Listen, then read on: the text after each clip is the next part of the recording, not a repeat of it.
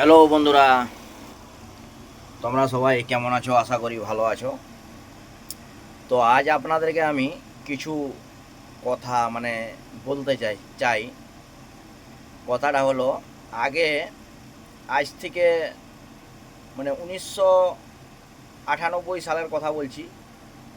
তখন আমি সর্বপ্রথম গাড়িতে হেলপারি করতে যাই। তখন আমার বয়স সামথিং হবে ওই 13-14 বছর, কি এরকম বয়স হবে। তো তখনকারের আগে গাড়ি ছিল ডি গাড়ি এবং এস গাড়ি ছিল। তখন 6 চাকা গাড়ি ছিল।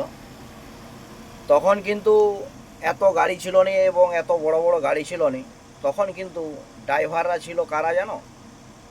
বিহারি ড্রাইভার ছিল। ইয়া ইয়া মজওয়ালা ড্রাইভার, এরকম মজওয়ালা ড্রাইভার ছিল। তো সবসময় মোটামুটি ধুতি আর গেঞ্জি পরতো আর চামড়ার বুট পরে থাকতো।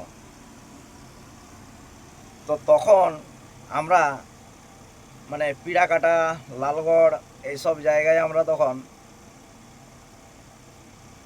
মানে শালপাতা লোড করতে যেতাম। শালপাতা চন্দ্রখানা রোড থেকে, হাটচালি থেকে আমরা যেতাম শালপাতা লোড করতে। গ্রামে গ্রামে লোড হতো। তখন ড্রাইভার দিকে কি বলতো জানেন? ও ড্রাইভার সাহেব, আসুন আসুন আসুন আসুন, বসুন। খাট পেতে দিত। তখনকারে খাট পেতে দিত ড্রাইভার সাহেব, হেল্পার সাহেব বলে সম্মান করতো। চা দিত, বিস্কুট দিত। তো আমাদের যে ড্রাইভার সাহেব ছিল, সে বাংলা কথা বুঝতো, অথচ কিন্তু সে বিহারের ছাপড়া জেলা না কোন জেলা যাই হোক ছিল, অত দিনকার কথা আমার মনে নাই। তো সেই দিনগুলা এখন আমাদের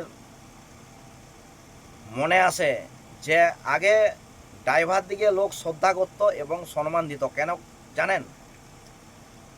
আগে বিগত দিনে এত কিন্তু গাড়ি থাকেনি, আর এত বড় বড় গাড়ি থাকেনি, আর এত যানবাহনও থাকেনি। আগে মানুষ গাড়ি দেখলে গ্রামে যদি যেতাম আমরা, একটা গাড়ি যদি নিয়ে 10টা লোক দেখতো, বাবারি এত বড় গাড়ি, ড্রাইভারটা চালাচ্ছে কি করে। কিন্তু এখন সেটা নাই। কেন বলুন তো? এখন ঘরে ঘরে ড্রাইভার, ঘরে ঘরে পিক আপ ভ্যান। এই জন্যে আজ আমাদের ড্রাইভারদের মান সম্মান কিচ্ছু নাই। যে কেউ বাখান দিয়ে চলে যাচ্ছে। সেই মন্দিরে দেখেছেন ঘন্টি, যে কেউ আসছে ঠং ঠং ঠং ঠং ঠং ঠং, সেরকম আমাদেরকে ড্রাইভার আমরা এখন কি হয়েছি, মন্দিরের ঘন্টি। যে যখন পাচ্ছে আমাদেরকে বাজিয়ে দিচ্ছে। সেই জন্যে আমাদের এই মহাসংঘটা আজ তৈরি করা, যে আমাদের একটা মহাসংঘ আছে, আমরা একটা ইউনিয়নে যুক্ত আছি এবং আমরা একটা ইউনিয়ন করছি, যাতে পাবলিকদের মনে হয় যে এরা একটা সংঘবদ্ধ হয়ে রয়েছে। সেই কারণে আজ আমাদের মহাসংঘটা। তো ভিডিওটা যদি বন্ধুরা ভালো লাগে, যে বিগত দিনে যারা ছিলেন তারা আমাকে একটু কমেন্ট করে বলবেন যে কি কষ্ট করে গাড়ি চালিয়েছি, বা কি কষ্ট। তখন পাওয়ার স্টিয়ারিং ছিল না, তখন এত বড় বড় গাড়িও ছিল না। তো আগে মোটামুটি সিস্টেম ছিল, হেল্পার দিকে 20 কিলোমিটার গাড়ি গেলে স্যাপ লাইনে নাট টাইট করতে হতো। এখন সেটা সিস্টেম নাই। এখন মোটামুটি 20 তো দূরের কথা, 20,000 কিলোমিটার কেন, 50,000, 1 লাখ, 2 লাখ কিলোমিটারও স্যাপ লাইনে না ঢুকে দেখতে হয় না। আগে দিকে আমাদেরকে ঢুকে দেখতে হতো যে এটা কি আছে না আছে, এটা চেকচাক করতে হতো। সেরকম শিক্ষা আমরা